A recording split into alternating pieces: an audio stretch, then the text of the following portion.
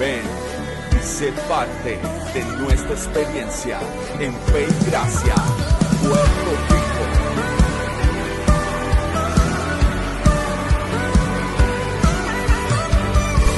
Conéctate, comparte y vive nuestra experiencia de adoración.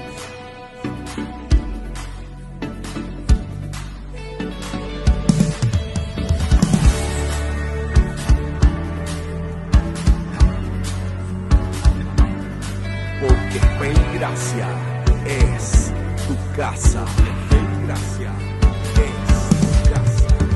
Hay júbilo en Fe y Gracia, hay libertad en tu casa, celebración y alegría, pues hoy es un nuevo día. Hay júbilo.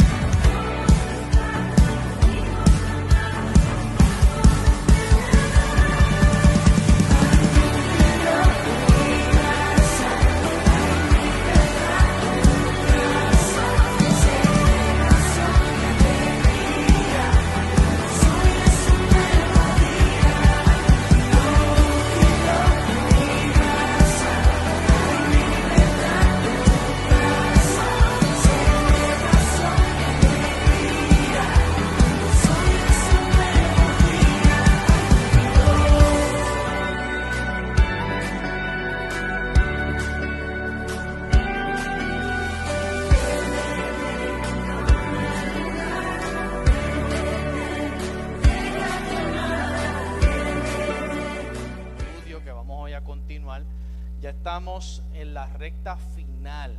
Vamos ya, Billy, en la recta final de esta segunda temporada del propósito eterno. Todas las cosas, ¿verdad?, que estamos estudiando sobre el propósito eterno del Señor. Amén. Así que estamos culminando, ¿verdad? Comenzamos a hablar acerca de lo que es la ley y la gracia. Diga conmigo, la ley y la gracia.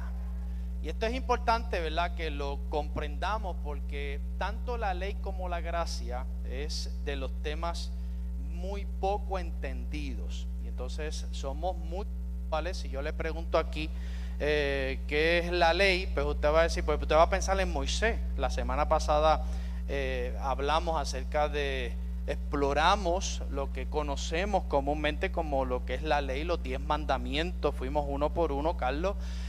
Porque es lo primero que nos viene a la mente cuando hablamos de la ley. Pero la semana pasada enseñamos que los mandamientos o la ley está comprendida por 613 mandamientos. ¿Cuál era el problema de esto?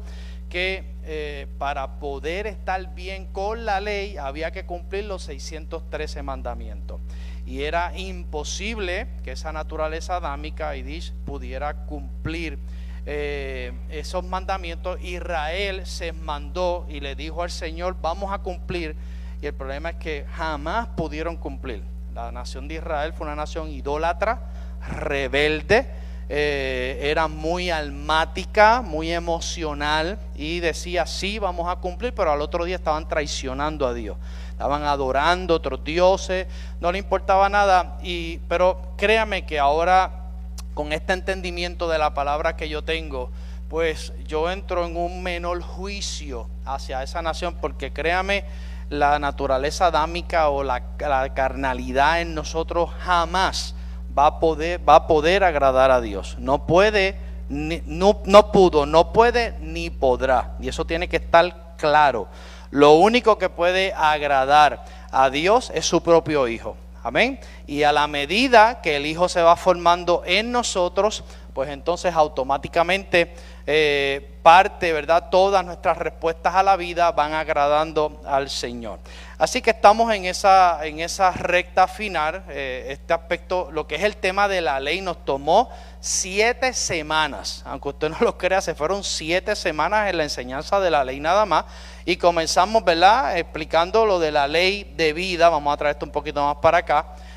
La ley no estaba solamente encerrada la ley mosaica, sino que al principio de todas las cosas estaba la ley de vida. La ley de vida era algo que funcionaba automáticamente, todo respondía a esa vida. Adán no tenía problemas, la creación no tenía problemas, pero anteriormente a eso los ángeles se habían rebelado contra esa ley, pero el caos no se había propagado. Pero cuando Adán sí se rebela y transgrede esa ley, ahí sí que se produce entonces la segunda ley que estudiamos, que es la ley del pecado y de la muerte. Ambas leyes genéticas.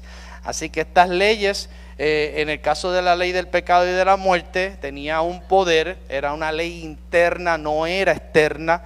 ¿Por qué? Porque el hombre había muerto, esa ley ya estaba sentenciado a la muerte, Dios se lo había dicho, y comienzan los estragos, ¿verdad? No voy a entrar en eso porque no terminaríamos, habría que repasar el desastre de Noé, el desastre de la Torre de Babel, el asesinato del hermano contra el otro hermano, todo un desastre y todo un caos, porque esta ley genética del pecado y de la muerte era una ley imparable, es una ley genética que se transmitió hasta que nos alcanzó a nosotros mismos. Aunque usted no lo crea, en su alma hay memoria de esa ley y hay memoria del árbol del conocimiento del bien y del mal. Eso que comió Adán se ha transmitido y se seguirá transmitiendo a la medida que Cristo no se le dé la seriedad a lo que es la formación de Cristo, y se le enseña a las personas que aunque sí se convierten, también se tiene que dar un arrepentimiento y una conversión en el alma, que ahí es donde la gente se ha quedado. Después de eso viene lo que es la ley mosaica, y la enseñamos, y en eso fue que profundizamos la semana pasada.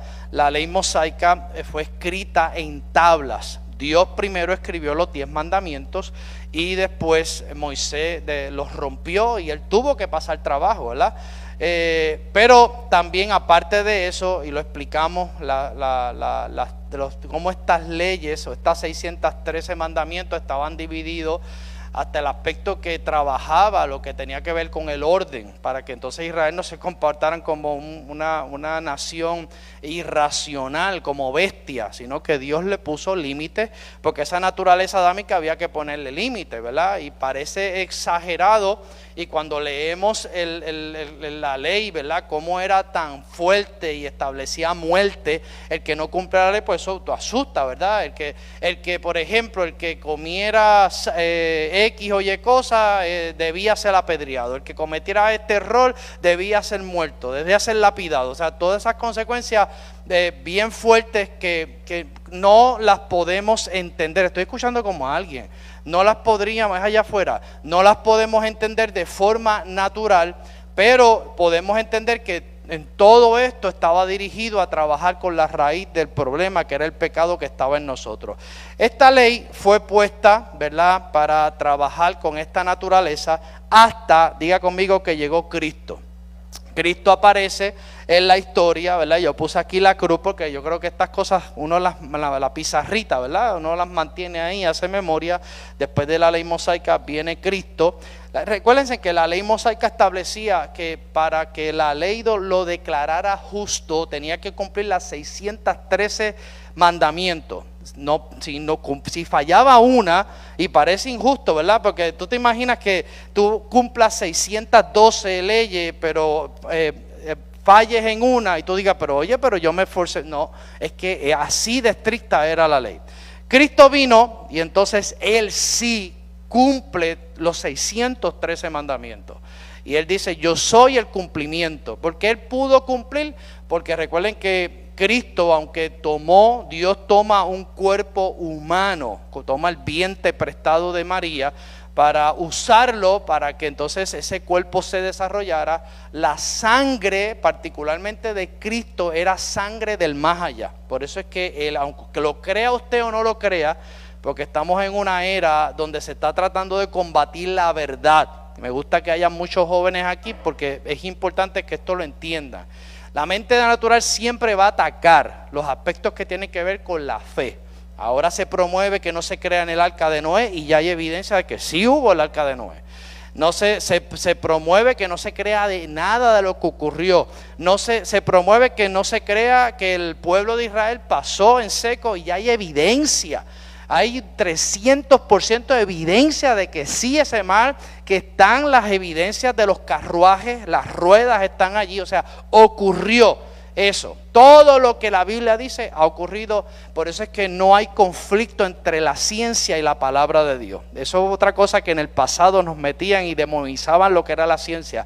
Hoy no hay ningún tipo de conflicto porque la ciencia la crea Dios. La ciencia no es el resultado del diablo, escuche bien. La ciencia la crea Dios, así que no hay ningún tipo de conflicto. La ciencia nos comprueba aquellas cosas que tenemos que creer, ¿verdad? Yo para poder creer algo, yo no necesito que la ciencia me lo confirme. Pero hay gente que sí, hay gente que lamentablemente necesita que la ciencia le confirme.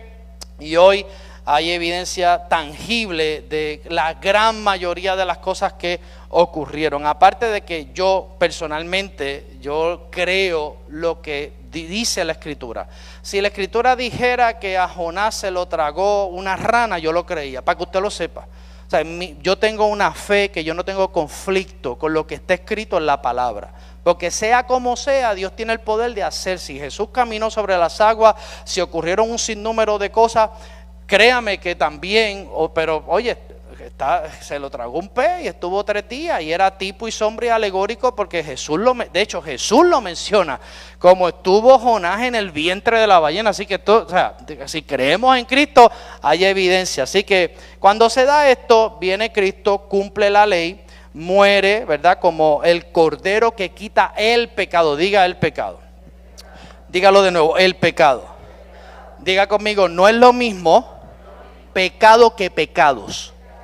Entonces, ¿qué es lo que ocurre con el sistema religioso? Que se ha dedicado a atacar los pecados. Por eso es que están siempre guerreando con los pecados. Y aquel habló de mí, y aquel me humilló, y aquel adulteró, y aquel fornicó. Yo no estoy diciendo que eso no esté mal. La Biblia lo llama como pecados. Yo lo que quiero que usted entienda es que de qué vale que ataque por los pecados y no ataquemos la máquina productora de los pecados. Así que no es lo mismo pecados que identificar lo que produce los pecados. Porque aquel entendido, a la medida que vamos entendiendo la vida que está en nosotros, la nueva vida, y esa nueva vida va migrando a nuestra alma y Cristo sigue formándose y llegamos a la estatura de Cristo, automáticamente no queremos pecar. Así que usted deseará menos pecar a la medida que Cristo se ha formado. Porque dile a alguien, Cristo no peca. ¿O usted cree que Cristo peca? No, dígamelo, si no yo tengo problema. Cristo no peca. Así que Cristo viene y Juan dijo que Cristo, dijo cuando vio que el Señor se estaba acercando para el bautismo, dijo, ahí está el Cordero de Dios que quita el pecado. Estaba hablando de la naturaleza carnal y adámica, que es la máquina productora de pecados. Así que Jesús vino a resolver y a eliminar la máquina que producía pecado. ¿Para qué? Para que entonces no tuviéramos excusa y no dijéramos, no, es que los pecados se producen solitos. Claro que los pecados se producen solitos si Cristo no es formado en nosotros. Si Cristo, porque nosotros somos de arriba, recuérdense, la Biblia dice que estamos conectados a una realidad divina de prioridades eternas. Así que se da esto, Cristo entonces, esa naturaleza, como tomó ese cuerpo prestado, estaba dentro de esa realidad, de esa naturaleza, y la Biblia dice, ya lo enseñamos aquí en la iglesia orgánica, Jesús dijo, si yo fuere levantado como hombre, atraeré a muchos. ¿Qué significa eso? Esto es bien importante para que pueda comprender esta enseñanza. Que Cristo, cuando fue levantado en la cruz, atrajo como si fuera un sistema magnético toda la naturaleza del pecado del mundo entero. Y le quitó el poder legal. Amén. Para que entonces nadie tuviese excusa y todos tuvieran la oportunidad, si lo creen, de ser salvos. Por eso es que la Biblia dice, porque de tal manera amó Dios a algunas personas. Su Biblia dice al mundo. Pues entonces el sacrificio que se da aquí, diga conmigo, es para todo el mundo. ¿Por qué vemos tanto caos? Porque no todo el mundo ha sido notificado. ¿A cuántas personas usted le ha notificado que Él murió aquí en la cruz por todo el mundo? Que lo amó, que lo perdonó, que tiene una nueva vida. ¿A cuántos? Levánteme la mano, eso no es nada, ¿verdad? Nosotros somos responsables de notificar. No somos responsables de señalar pecados y errores. Por eso usted no me va a ver atacando a mí que si esto, que si lo otro. No, eso no. Yo prefiero preparar a Eric para que pueda entender la nueva vida que le habita, para que deje de pecar, para que sea responsable, para que esté presente. Porque si ataco los comportamientos, se me pone rebelde. Pero si le enseño el potencial que está dentro de él, él va a dar valor a esa realidad y va a permitir que ese sistema de gobierno genere todas las respuestas. Y de nuevo, ¿Cristo peca o no peca? Pues si a la medida que Cristo es formado, pues usted deja de pecar. Porque esa naturaleza no peca. Cristo vino aquí y mató la naturaleza de pecado. La máquina que producía hielo la deshabilitó. Le quitó la electricidad. Ahora, ¿por qué se producen pecados? Porque hasta que la gente no entiende o no le notificamos que han sido salvos en el sacrificio de la cruz, pues van a seguir pecando. ¿Por qué? Diga conmigo, porque hay memoria en su alma, porque están muertos espiritualmente y porque no saben otra cosa. Hay gente que sabe que las cosas que hace están mal, pero no tiene juicio, no tiene conciencia, porque es el Espíritu Santo. Diga conmigo, el Espíritu Santo es quien convence de pecado, es el que trae. Entonces nosotros notificamos, por eso nosotros no podemos obligar a nadie. Yo no tomo nada personal. ¿Por qué? Porque es el Espíritu Santo. Yo puedo aquí predicar lo mismo y lo mismo y lo mismo y lo mismo, y si yo no veo resultados, eso no significa que el poder de la palabra, que sea la palabra esté mal. Significa que el Espíritu Santo es que está haciendo su trabajo, y poco a poco, porque la Biblia dice que la palabra no retorna atrás vacía. Cuando se da todo esto, hasta aquí, ¿entienden? Preguntas. Pueden hacer preguntas, dudas, preguntas, porque aquí estamos ya en la recta final. Esto no, la gracia es muy profunda para yo terminarla hoy, pero la vamos a comenzar. Cuando Jesús muere, ¿verdad? Que logra llevar esa naturaleza que la ley mosaica decía y señalaba que no tenía ningún tipo de solución. Entonces Jesús cumple la ley, es declarado justo y es la única persona apta para resolver el problema del pecado. Diga, del pecado. Esto hay que repetirlo para que no caiga. Mira, que dejen de juzgar pecados y comiencen a trabajar con el pecado como naturaleza, como vida. ¿Amén?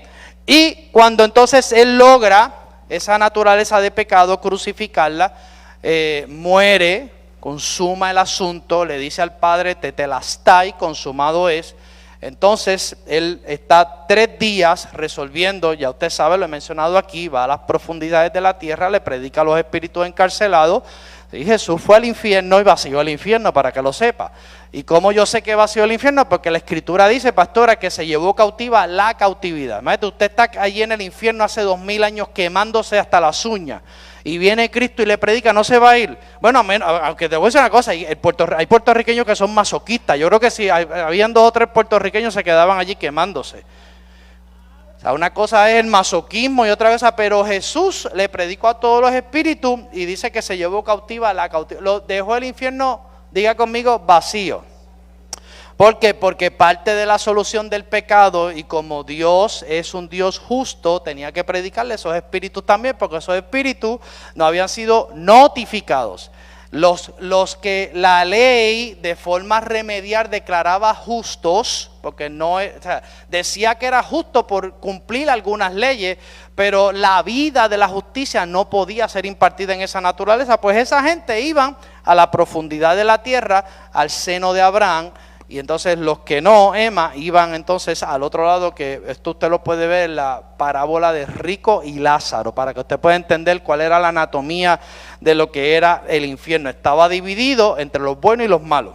Entonces los buenos estaban con Abraham, los que la ley mosaica declaraba buenos, aunque no era una declaración de naturaleza de vida, pero sí era remedial. Y los malos estaban al otro en un tormento, ¿verdad? Sufriendo. Cuando Jesús entonces resuelve el problema y logra sepultar esta naturaleza de pecado, entonces Él resucita en una nueva vida. Diga conmigo, nueva vida. Y esa nueva vida, cuando Él resucita, entonces eleva el sistema al principio de todas las cosas. ¿Por qué? Porque Adán, en esta ley estaba la gracia también.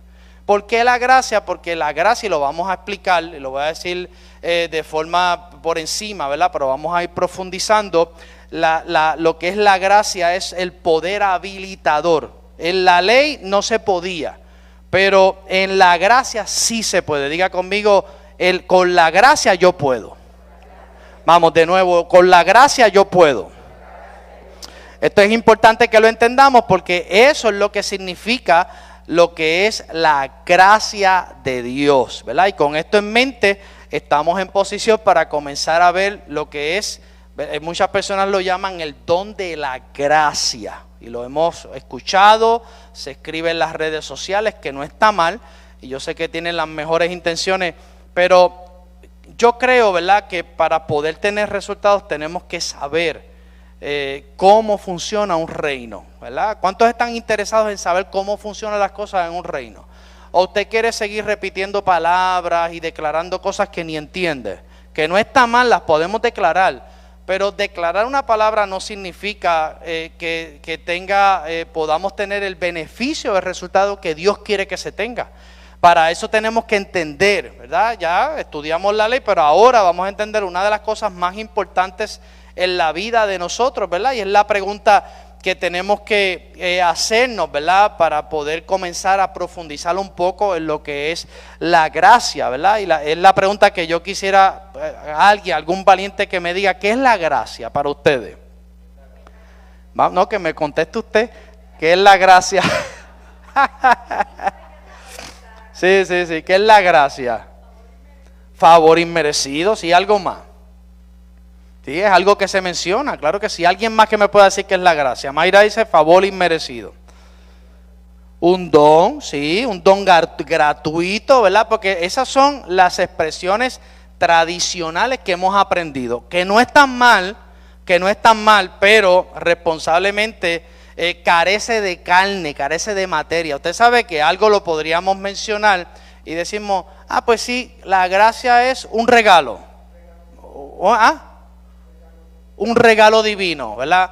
Pero será importante entender o sea, vamos a hablar de eso. Qué bueno que Carlos me hizo un regalo divino y con las contestaciones. Si yo le entrego a usted un regalo y usted no lo abre, ¿qué es lo que va a pasar con ese regalo? Ay, qué bueno el regalito, ay, qué bueno, aquí está el regalito conmigo, y usted se lleva, le pregunto, que usted lleve la cajita de regalo, ¿le va a resolver un problema? ¿Qué es lo que va a resolver el problema?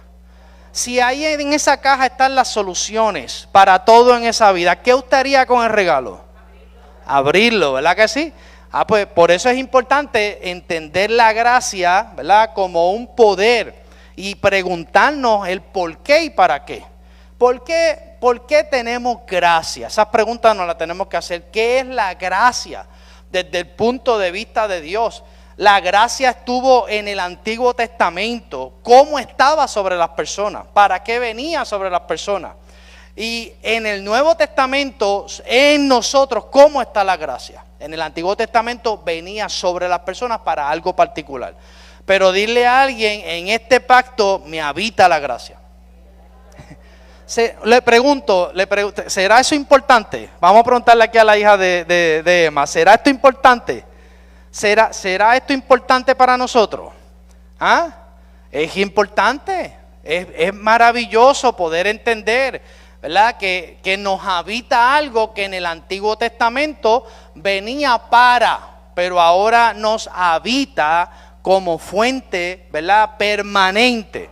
Así que la gracia, como es la presencia, como es muchas cosas que antes venían de forma temporera o como visita, porque Dios sí visitaba y el Espíritu Santo sí visitaba. A Saúl, por ejemplo, cuando en un momento dado, cuando iba camino, ¿verdad?, a una de las ciudades, dice que el Espíritu descendió y él comenzó a danzar con los profetas. Pero Saúl fue uno de los reyes más sinvergüenza. ¿Pero por qué? Porque el Espíritu Santo venía, pero se iba, ¿no? El Espíritu Santo no podía cohabitar con esa naturaleza adámica. Y entonces, lo único que como único podía habitar es que el espíritu del hombre fuera recreado, que es recreado aquí en la resurrección, porque la vida que sale de la tumba es la misma vida que está impartida en todos nosotros. Oiga, esto es poderoso. Y le digo, yo siento la presencia del Señor. Le voy a decir algo que es vital en la vida de cada uno de nosotros. Como Él es, Emma, nosotros somos. ¿Usted cree en la Biblia cuando dice que el que se une al Señor, una sola cosa es con Él? ¿Lo creemos o no? Imagínese lo grande. Usted piensa si con este entendimiento, con esta comprensión, deberíamos tener algún tipo de carencias, crisis, necesidades emocionales. Que, oiga, no estoy menospreciando, las seguimos teniendo, pero a la medida que vamos entendiendo esto, van perdiendo poder, porque el entendimiento de la vida que nos habita, Eliana, proporciona estabilidad y enfoque, y entonces dejamos de ser personas distraídas y nos enfocamos en administrar la cajita, abrirla, ver las instrucciones, hacer las cosas como hay. Déjala apagada ya, papá, porque ya la transmisión está tranquilo. Y entonces esa es la realidad que tenemos que ver, amén. Así que debemos comprenderlo porque el abrir la caja, entender cómo funciona la gracia, es vital en todas las cosas. Así que no está mal, ¿verdad?, las respuestas que ustedes me dieron, pero tenemos que profundizar. Por eso responsablemente hay que explorar, ¿verdad?, ver qué es, cómo se experimenta, qué es la gracia. Otra idea popular de la gracia, ¿verdad?, es que muchas personas piensan que porque están en la gracia quitó la ley. Así que la gracia no elimina la ley mosaica, porque la ley mosaica sigue siendo la descripción de la justicia de Dios. Solamente que en la naturaleza adámica, la misma ley decía que no tenía chance. Mientras esa naturaleza esté, no hay chance. Y la ley mosaica siempre va a sentenciarla. Lo único que nos ha salvado a todos nosotros los que estamos en Cristo Jesús es que como Cristo fue declarado justo y al nosotros estar en Cristo, ya entonces la ley no nos sentencia, pero sí nos hace memoria y está dentro de nosotros, cumplida en Cristo Jesús, recordándonos, aleluya, todas las cosas del carácter de Dios que son buenas. Por ejemplo, los 10 mandamientos no han sido anulados.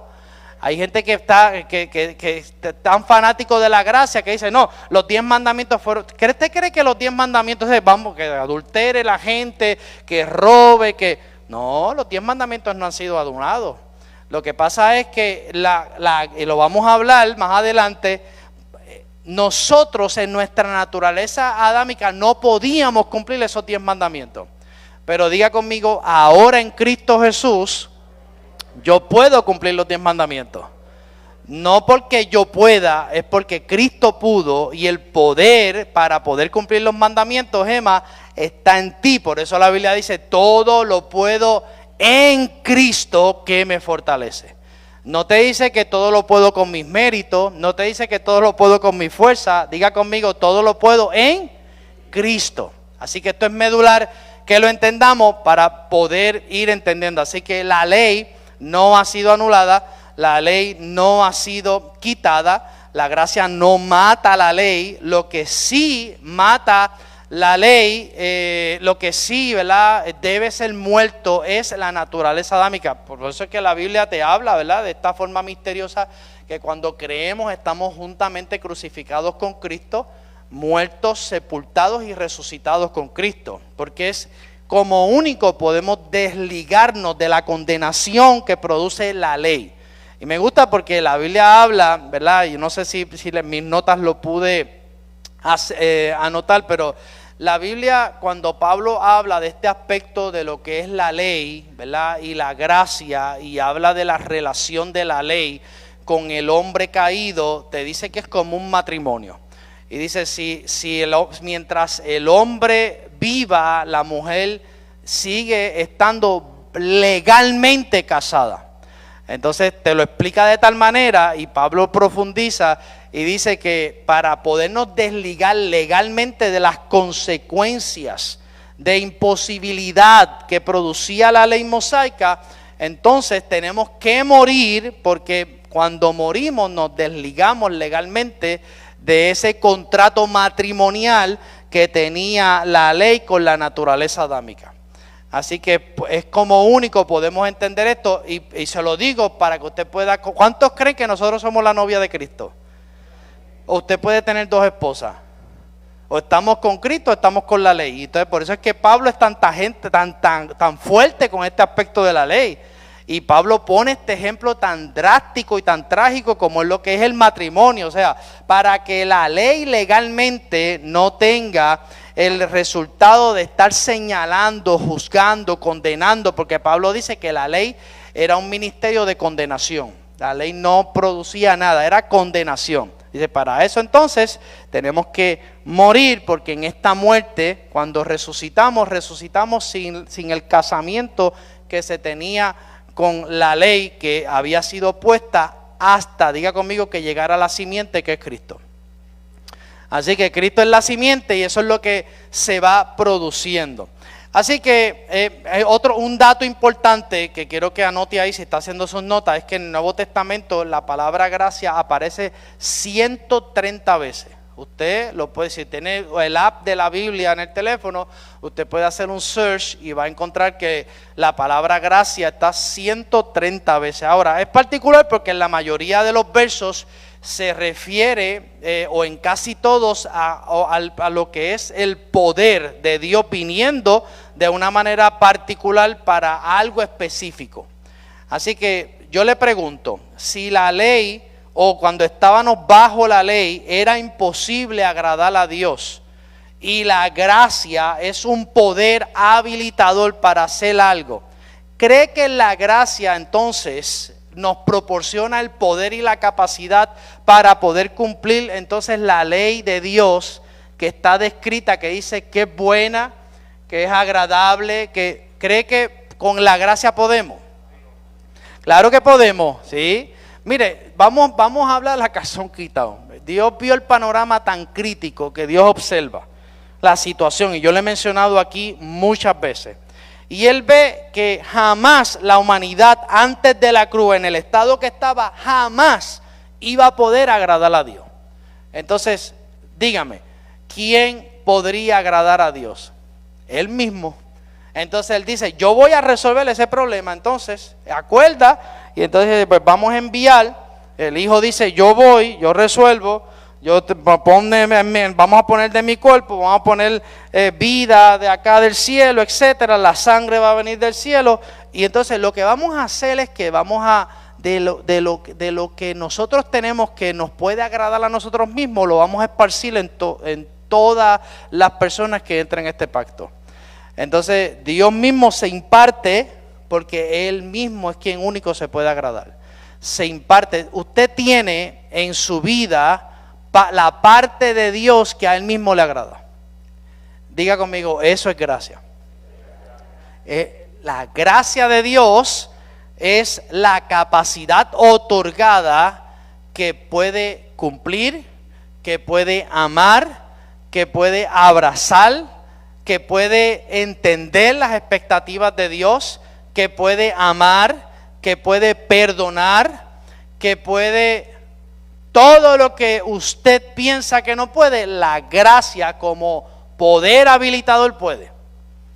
Así que la gracia es el poder que Dios nos ha dado para eso particularmente. Amén. Así que, de hecho, particularmente cuando Jesús nace, dice la Biblia que para que Jesús creciera en estatura y en sabiduría, dice la Biblia que la gracia de Dios estaba con Jesús. Y eso lo vemos, yo creo que me proyecten ahí, Lucas 2:40. Dice, y el niño crecía y se fortalecía y se llenaba de sabiduría, y la gracia de Dios estaba en él. Así que el poder viviente de Dios estaba sobre su propio Hijo. Lucas, tú leíste los textos bíblicos, Lucas 2:40. También vamos a ver en el libro de Hechos 4:33, vemos también ahí donde indica que la gracia también le otorgaba un poder particular, ¿verdad? Porque, Hechos 4:33. También la gracia proporcionaba todo lo que ocurría, los milagros, los portentos, todas las hazañas, era también como resultado de la gracia.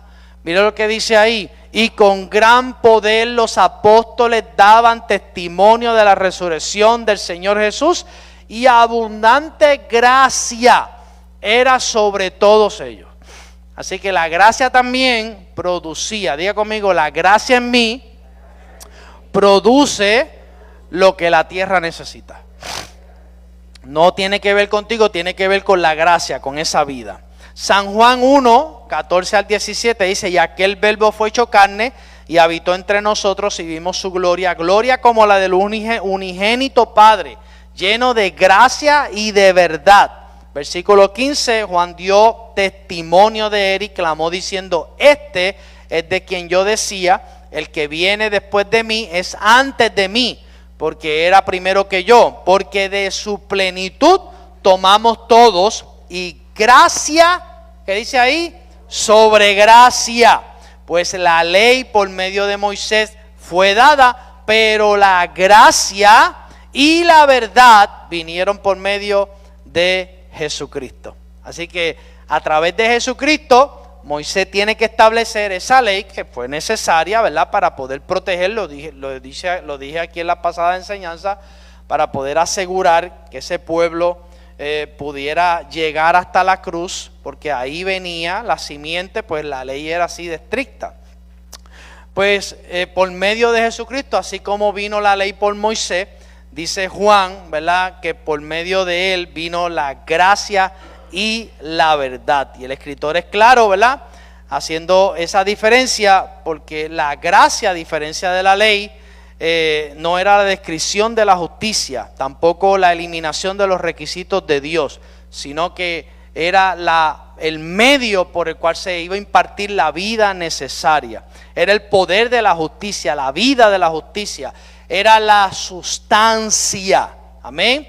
En el Antiguo Testamento era tipo, sombra y figura, pero la gracia como vida y como persona es la sustancia, diga conmigo, que está en todos nosotros.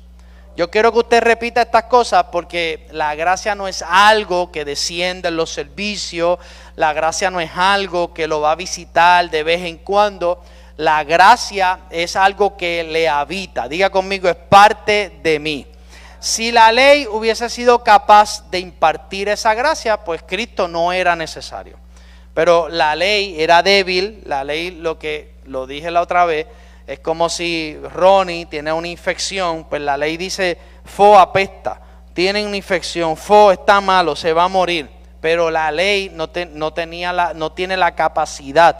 La gracia sí resuelve el problema. La gracia es el antibiótico que elimina la infección. Algo simple, algo sencillo, y tenemos que entenderlo así para no, ¿verdad?, caer en la trampa del engaño o de pensar que la gracia es otra cosa o que se limita solamente como, ¿verdad?, como cuando pregunté ahorita, que se limita solamente a que sí, es un regalo, un don inmerecido. Pero la gracia es más poderosa de lo que usted piensa. La gracia lo habilita para que usted no tenga excusa, para que usted no diga, es que yo no tengo la capacidad. Diga conmigo, todos tenemos la capacidad. Alondra tiene la capacidad, Emma tiene la capacidad, Ileana tiene la capacidad, Gloria tiene la capacidad. ¿Por qué? Porque la gracia capacita, la gracia habilita. Pero pastor, ¿por qué yo sigo fallando? A que nadie me hace esa pregunta. ¿Por qué sigo peleando? ¿Por qué sigo cayendo? ¿Verdad? ¿Por qué sigo cayendo en este vicio, en esta conducta, en estos pecados? Porque usted tiene que entender la gracia. Cuando usted entienda la gracia, usted va a comenzar a disminuir esa producción de pecado y va a dejar que la gracia se exprese, gobierne, usted la va a abrazar. La gracia es como al principio de todas las cosas. Adán abrazaba la ley espiritual, eso era la gracia. Estaba capacitado para administrar toda la tierra, tenía una orden de producir, no había ningún tipo de necesidad. ¿Usted cree que Adán allá le estaba pidiendo por la suegra, por la comadre, en las oraciones? ¿Usted cree que Adán en las oraciones oraba así? Adán no oraba la oración del necesitado. Abraham oraba o hablaba con Dios para recibir instrucciones y administrar. En el pacto de la gracia debería ser así, pero como seguimos teniendo situaciones, como seguimos viendo los problemas mucho más grandes de los que los ve Dios y no hemos entrado en ese nivel de fe, que más adelante parte de esta enseñanza, ¿verdad? En la próxima temporada vamos a hablar de la fe, vamos a hablar de la justificación, todas esas cosas que faltan, pero usted sabe que yo hago un reposo para que no se canse de mí, ¿verdad? Y entonces pues los predicadores aquí puedan tener la participación, que yo sé que podemos sentarnos y escucharnos, ¿verdad? Y jóvenes que yo sé que quieren predicar, le vamos a dar la oportunidad. Pero eso lo vamos a hacer más adelante. Yo voy a seguir enfatizando, porque todas estas cosas, tanto la ley y la gracia, como ya hemos profundizado, ¿verdad?, y estamos entrando de lleno en lo que es la gracia, sí tenemos que entenderlas, pero desde el propósito eterno de Dios. El propósito eterno de Dios es donde está consignada la voluntad de Dios. ¿Cuántos saben que Dios tiene una voluntad? ¿Cuántos saben que es buena, agradable y perfecta? ¿Pero usted cree que a la gente le gusta entender la voluntad de Dios? No, porque somos voluntariosos, nos gusta hacer lo que nos da la gana. Nos gusta ser creativos, nos gusta hacer, ¿verdad?, tener nuestros propios pensamientos, hacer lo que se nos ocurre, todas esas cosas. ¿O soy yo el único? Todo, ¿verdad? Que tú también, sí. Alondra, ¿a ti te gusta hacer lo que te dé la gana? ¿O no? No, mire, Alondra es... Eri, dime, confírmame eso. ¿Ah? Y Liana, ¿a ti te gusta? Ok. Gloria, te están tirando al medio. No, pero Gloria está entendiendo la gracia. A la medida que entienda la gracia, ya está libre. Era muy bien. Gloria me dice, estoy aprendiendo, pastor. Así que debemos entender esto porque vamos desarrollando pericia, nuestras respuestas. Parte de Melissa, de los beneficios de la gracia, es que nos ayuda a responder a la vida de la forma correcta. Número 1, la gracia nos ayuda a ir disminuyendo la producción de pecado. Dígalo, la gracia me ayuda a pecar menos. No es que la naturaleza del pecado esté en gobierno, es que mi alma tiene memoria de esa naturaleza. Mi alma se acostumbró tanto a que produjera muchos pecados, ¿verdad? Porque estaba bajo ese gobierno del pecado, Pero la gracia, cuando la entendemos, Carlos, entonces comenzamos a usar esa capacidad, ¿verdad? Para poder agradar. Le dije ahorita que Dios impartió, porque como único nosotros podíamos agradarlo era con la propia vida de Él. No había forma. Fue lo mismo que ocurrió cuando creó todas las cosas. Dios creó todas las cosas y el hombre lo dejó para lo último. Una vez yo escuché a un predicador y me gustó cómo lo dijo, y creo que eso fue así. Cuando él vio toda la creación, no se vio a sí mismo. Y entonces ahí es donde crea el hombre. Ese que el hombre lo crea, es lo último que crea. Veo que, ¿verdad?, que habían peces, habían árboles, pero no había algo en donde él, un espejo donde él se viera a sí mismo. Y entonces crea al hombre del polvo, no lo crea de la tierra. Los animales fueron creados de la tierra, del barro, pero el hombre fue creado del polvo. ¿Por qué usted cree que fue el hombre fue creado del polvo? Vamos a ver. El polvo no es lo mismo que el barro y la tierra. ¿Ah? Porque el del polvo, lo dice la Biblia, porque el polvo es universal. Así que nosotros somos universales. Cuando el hombre fue creado, se le puso un comando que saliera del Edén y lo multiplicara en toda la tierra. Pero eso no lo hemos entendido. Así que el hombre no pertenece. Esas son estas ideas de cuando la gente se muere y llévame aquí a la tierra donde yo nací. Nosotros no pertenecemos, nosotros es del polvo. Y el polvo era y al polvo volverá. Y el polvo es algo que se mantiene en la... ¿Cuántas veces usted no limpia la casa y de momento mira para el lado y ya está todo? Porque en esencia nosotros, cuando usted se baña, ¿cuántos aquí se bañan 3 veces al día? Y siempre botan la misma tierra, el mismo polvo. Cuando mire el agua está sucia.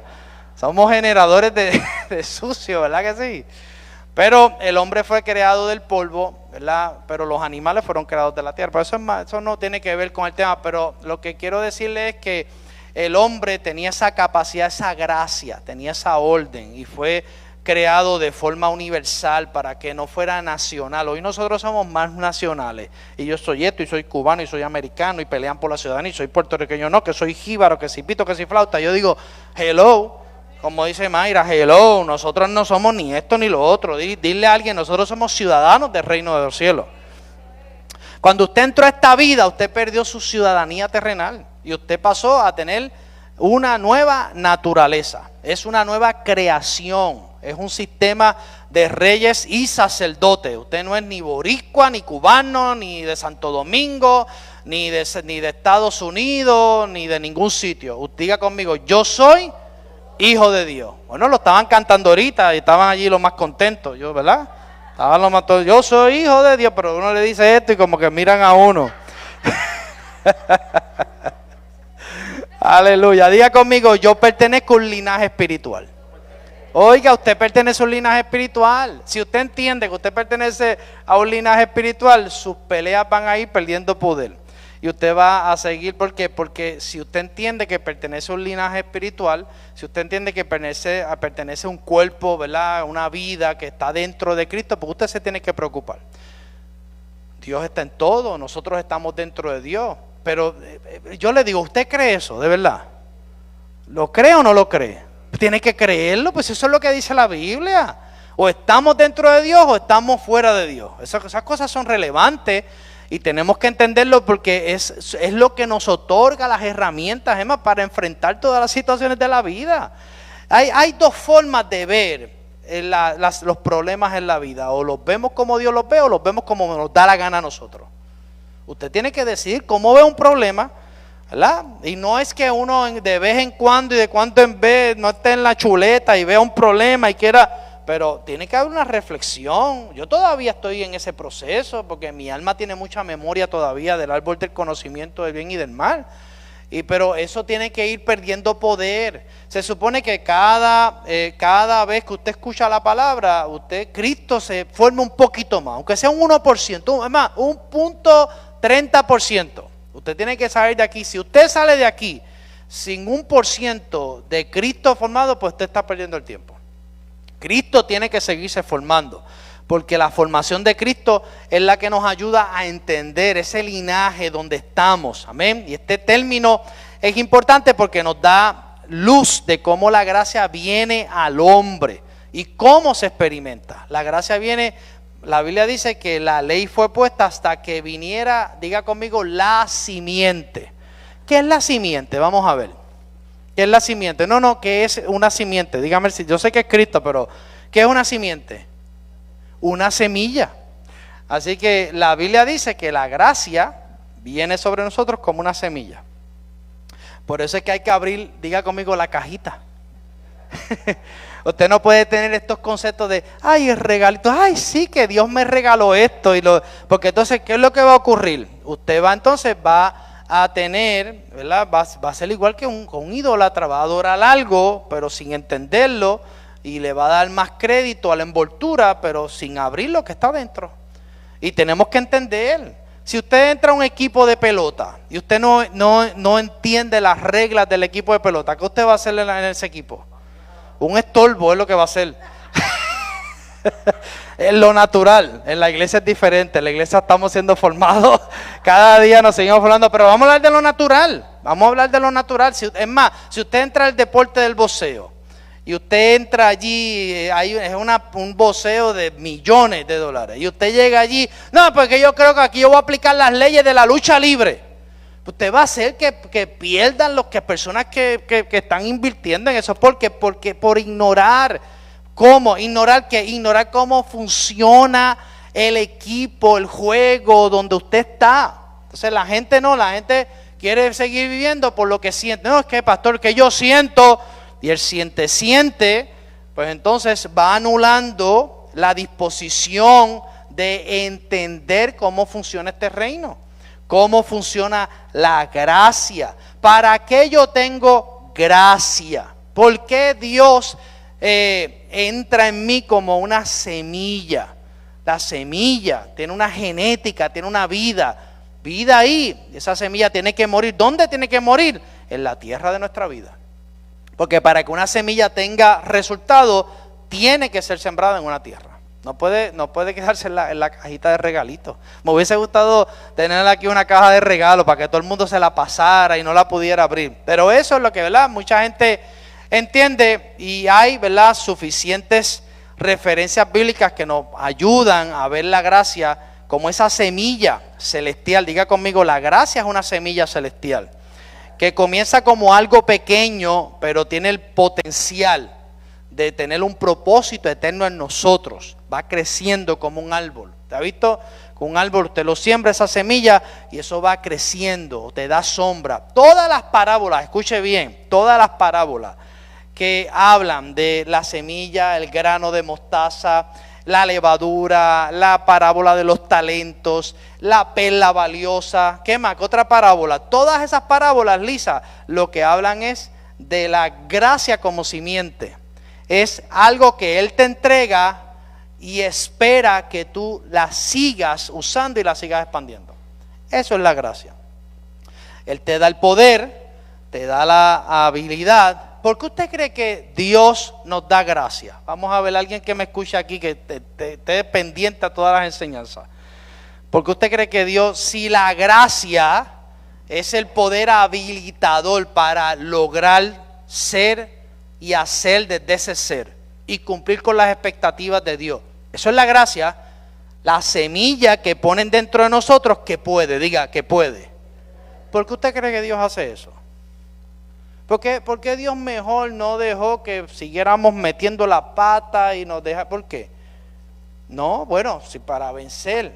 Pero en la parábola de los talentos, ¿qué hizo el hombre que se le entregó un talento? El menos.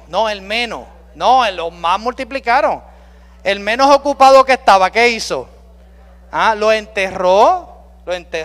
¿Usted cree que hay gente que ha enterrado la gracia? Sí. Si la gracia es una simiente, si es una semilla, pues también la gente la puede enterrar. Y se olvidan, no la abonan, a la medida que usted se congregue y va entendiendo esta palabra, la gracia como simiente y como semilla va creciendo. ¿Por qué? Porque usted tiene que salir de este lugar diciendo, espérate, pero si yo tengo la capacidad de perdonar, yo tengo la capacidad de reconciliar, yo tengo la capacidad de dejar de murmurar, yo tengo la capacidad de dejar de pecar. Porque la naturaleza de la gracia no peca. Entonces, ¿cuál es el problema? ¿Por qué la gente sigue pecando? Porque diga conmigo, y perdone que lo repita, con la cajita. Entonces en la cajita está ahí lo que te hace falta, pero como no abres la cajita, porque dice, ay, es que este don me lo regaló, ay, qué lindo, y aquí está, pero ¿por qué lo voy a abrir? Ay, usted sabe que hay gente que no abre las envolturas de los regalos.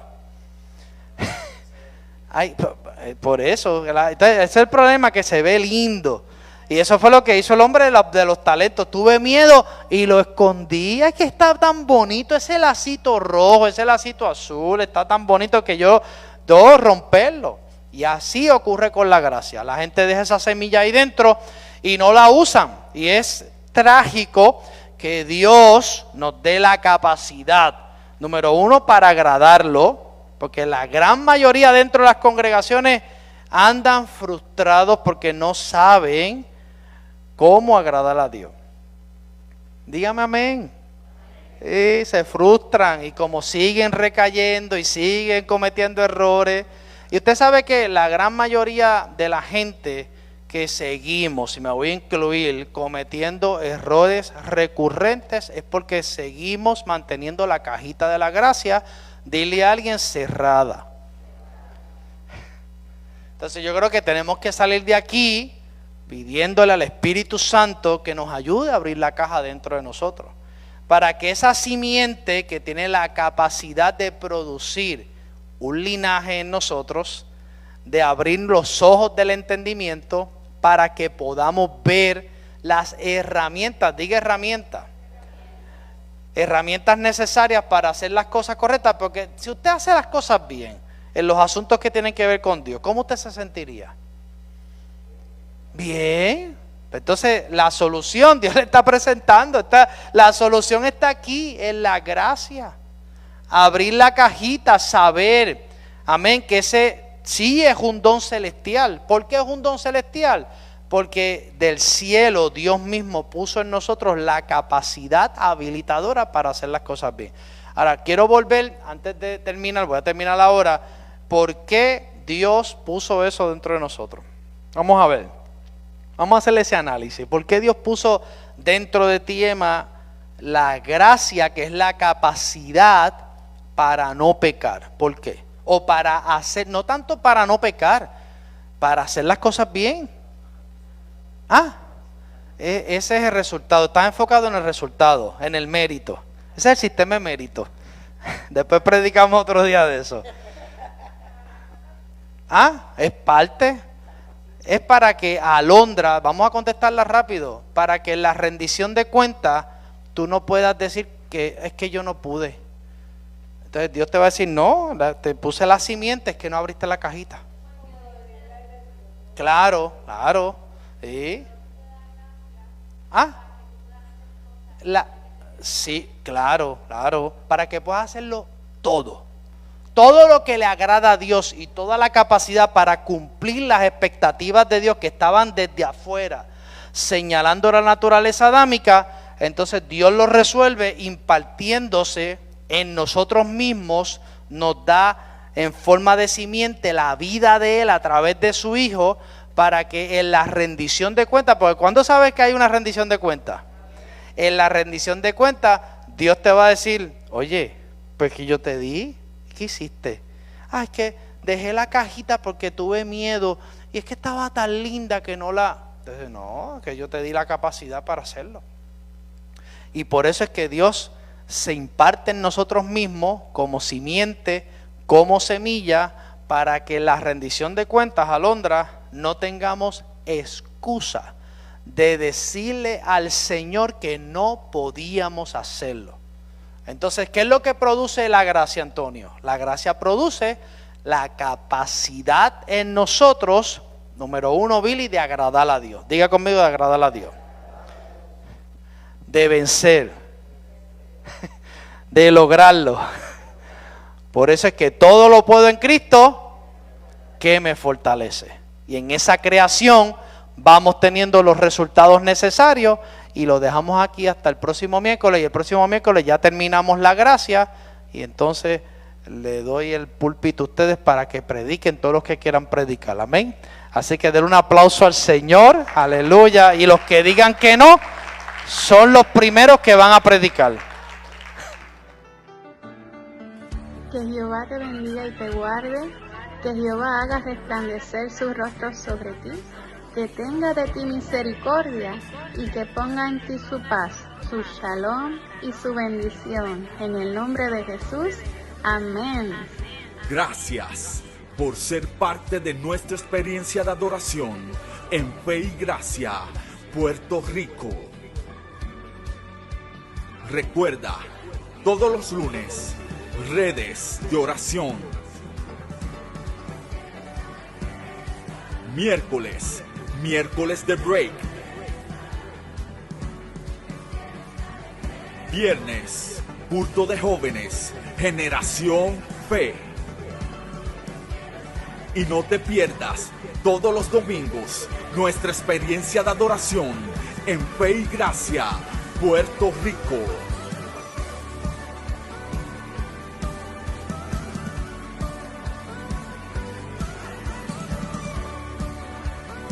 Si quieres bendecir nuestro ministerio con una ofrenda, puedes hacerlo a través de ATH Móvil en el área de donaciones. Busca Iglesia Fe y Gracia y recuerda que Fe y Gracia es tu casa.